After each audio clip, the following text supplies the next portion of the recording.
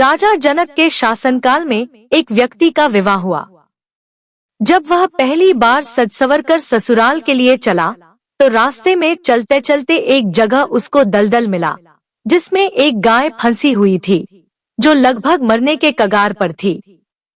उसने विचार किया कि गाय तो कुछ देर में मरने वाली ही है तथा कीचड़ में जाने पर मेरे कपड़े तथा जूते खराब हो जाएंगे। अतः उसने गाय के ऊपर पैर रखकर आगे बढ़ गया। जैसे ही वह आगे बढ़ा, गाय ने तुरंत दम तोड़ दिया तथा शाप दिया कि जिसके लिए तू जा रहा है उसे देख नहीं पाएगा, यदि देखेगा तो वह मृत्यु को प्राप्त हो जाएगी।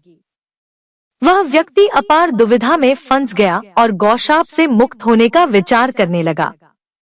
ससुराल पहुंचकर वह दरवाजे के बाहर घर की ओर पीठ करके बैठ गया और यह विचार कर कि यदि पत्नी पर नजर पड़ी तो अनिष्ट नहीं हो जाए। परिवार के अन्य सदस्यों ने घर के अंदर चलने का काफी अनुरोध किया, किंतु वह नहीं गया और न ही रास्ते में घटित घटना के बारे में किसी को बताया। उसकी पत्नी को जब पता चला तो उसने कहा कि चलो मैं ही चलकर उन्हें घर के अंदर लाती हूँ। पत्नी ने जब उससे कहा कि आप मेरी ओर क्यों नहीं देखते हो, तो भी चुप रहा। काफी अनुरोध करने के उपरांत उसने रास्ते का सारा वृतांत कह सुनाया। पत्नी ने कहा कि मैं भी पतिव्रता स्त्री हूँ, ऐसा कैसे हो सकता है, आप मेरी ओर अवश्य देखो। पत्नी की ओर देखते ही उसकी आंखों की रोशनी चली गई और वह गाय के शापवश पत्नी को नहीं देख सका। पत्नी पति को साथ लेकर राजा जनक के दरबार में गई और सारा वृत्तांत कह सुनाया। राजा जनक ने राज्य के सभी विद्वानों को सभा में बुलाकर समस्या बताई और गौशाप से निवृत्ति का सटीक उपाय पूछा। सभी विद्वानों ने आपस में मंत्रणा करके एक उपाय सुझाया कि यदि कोई पतिव्रता स्त्री छलनी में गंगाजल लाकर उस जल के छींटे इस व्यक्ति की दोनों आंखों पर लगाए तो गौशाप से मुक्ति मिल जाएगी और इसकी आंखों की रोशनी पुनः लौट सकती है। राजा ने पहले अपने महल के अंदर की रानियों सहित सभी स्त्रियों से पूछा तो राजा को सभी के पतिव्रता होने में संदेह की सूचना मिली। अब तो राजा जनक चिंतित हो गए। तब उन्होंने आसपास के सभी राजाओं को सूचना भेजी कि उनके राज्य में यदि कोई पतिव्रता स्त्री है तो उसे सम्मान सहित राजा जनक के दरबार में भेजा जाए। जब यह सूचना राजा दशरथ अयोध्या नरेश को मिली तो उसने पहले अपनी सभी रानियों से पूछा।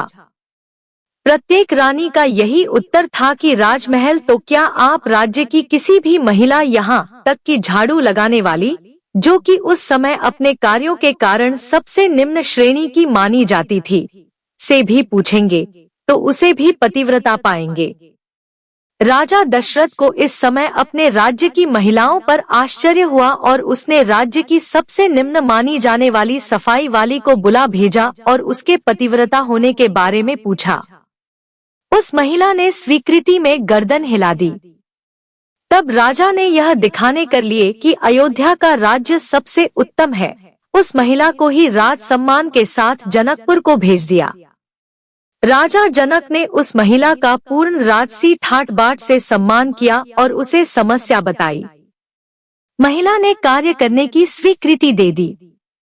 महिला छलनी लेकर गंगा किनारे गई और प्रार्थना की कि हे गंगा माता, यदि मैं पूर्ण पतिव्रता हूँ तो गंगाजल की एक बूंद भी नीचे नहीं गिरनी चाहिए। प्रार्थना करके उसने गंगाजल को छलनी में पूरा भर लिया और पाया कि जल की एक बूंद भी नीचे नहीं गिरी। तब उसने यह सोचकर कि यह पवित्र गंगाजल कहीं रास्ते में छलककर नीचे नहीं गिर जाए, उसने थोड़ा सा गंगाजल नदी में ही गिरा दिया और पानी से भरी छलनी को लेकर राज दरबार में चली आई। राजा और दरबार में उपस्थित सभी नर नारी यह दृश्य देख आश्चर्यचकित रह गए तथा उस महिला को ही उस व्यक्ति की आंखों पर छींटे मारने का अनुरोध किया और पूर्ण राज सम्मान देकर काफी पारितोषिक दिया। जब उस महिला ने अपने राज्य को वापस जाने की अनुमति मांगी तो राजा जनक ने अनुमति देते हुए जिज्ञासावश उस महिला से उसकी जाति के बारे में पूछा। महिला द्वारा बताए जाने पर राजा आश्चर्यचकित रह गए। सीता स्वयंवर के समय यह विचार कर कि जिस राज्य की सफाई करने वाली इतनी पतिव्रता हो सकती है, तो उसका पति कितना शक्तिशाली होगा। यदि राजा दशरथ ने उसी प्रकार के किसी व्यक्ति को स्वयंवर में भेज दिया, तो वह तो धनुष को आसानी से संधान कर सकेगा और कहीं राजकुमारी किसी निम्न श्रेणी के व्यक्ति को न वर ले।